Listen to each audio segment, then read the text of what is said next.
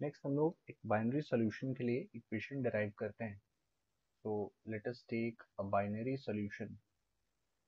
Binary solution का मतलब हो गया जहाँ पे दो कंपोनेंट्स प्रेजेंट है, एक सॉल्यूट और एक सॉल्वेंट.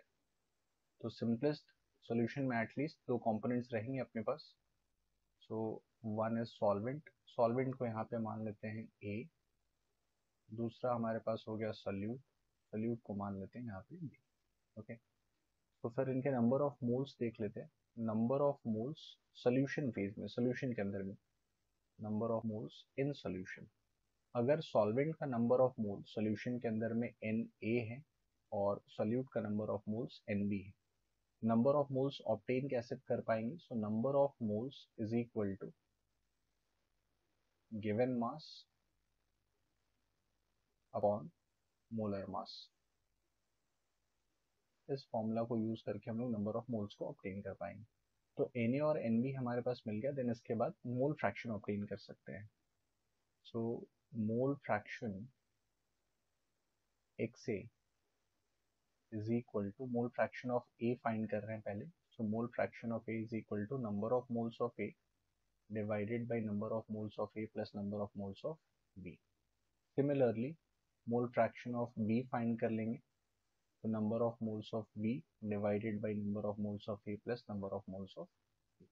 अब इनके मोल फ्रैक्शन मिल गए. तो सॉल्वेंट A के लिए वेपर प्रेशर अज्यूम कर लेते हैं P not of A.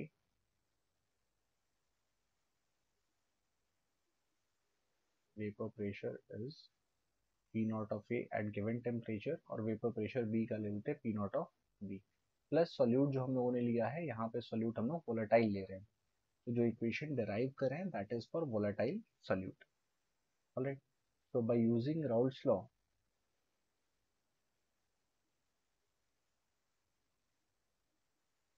Bye using Raoult's law PA is equal to P naught of A into XA and PB is equal to P naught of B into XP. तो ये हमारे पास ratios मिल गए PA और PB के. अब इसके बाद फिर डाल्टन्स लॉ को यूज करेंगे. So by using Dalton's law,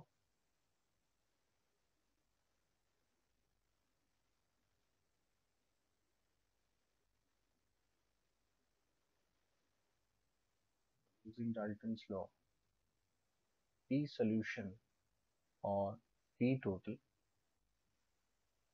is equal to PA plus PB. और PA का इक्वेशन मिला है P not of A into XA plus P not of B into XB. P not of A, P not of B vapour pressure हो गया उस temperature पे. XA और XB mole fraction of A and B in solution phase. Further हम लोग XA plus XB is also equal to 1, क्योंकि summation of mole fraction of all component at any given temperature in a solution is equal to 1. तो यहाँ पे XB को लिख सकते हैं 1 माइनस XA. तो इसे इक्वेशन को फर्दर चेंज कर सकते हैं.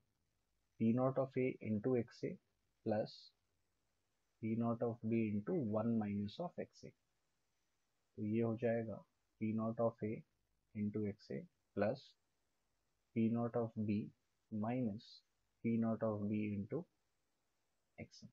सिंप्लीफाई करेंगे, कॉमन XA ले लेते हैं, will get P not of A minus P not of B plus P not of. तो P सोल्यूशन के लिए हम लोग इस इक्वेशन को भी यूज कर सकते हैं. तो P सोल्यूशन ये भी हो सकता है, या फिर P solution P not of A into XA के टर्म्स में भी लिखा जा सकता है. तो एक तो ये इक्वेशन अवेलेबल है, या तो इसको यूज करेंगे, और we can use this equation. अब सिंस यहाँ पे वेपर बना और वेपर में दो कंपोनेंट है, तो एक मोल फ्रैक्शन वेपर फेज का भी हो सकता है. तो एक इक्वेशन और था हमारे पास, also partial pressure of component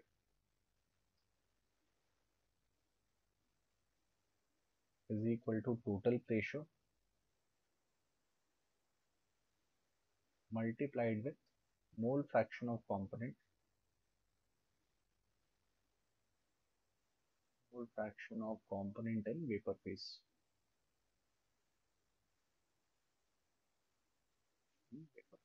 तो डाल्टन्स लॉ के हेल्प से ही इसको हम लोग ऑब्टेन करते थे. So let the mole fraction of A and B be YA and YB respectively. तो मोल फ्रैक्शन ए और बी का वाई और वाई बी हम लोगों ने अज्यूम कर लिया. So by the equation P A is equal to P solution into Y A. So this means Y A will be equal to P A upon P solution, या फिर further इसको लिख सकते हैं P naught of A into X A upon P solution. तो वैसे ही हम लोग mole fraction of B solution, mole fraction of B vapour phase में ऑब्टेन कर सकते हैं. Y B is equal to P B upon P solution, that is equal to P naught of B into XB upon P solution. और vapour phase में भी mole fraction का summation जो होगा that will be equal to 1. Also YA plus YB is equal to 1. तो यहाँ भी इसको हम लोग ऐड करके ऑब्टेन कर सकते हैं. मतलब अगर कोई एक मोल फ्रैक्शन मिल गया तो दूसरा अपने आप ही वहां से मिल जाएगा.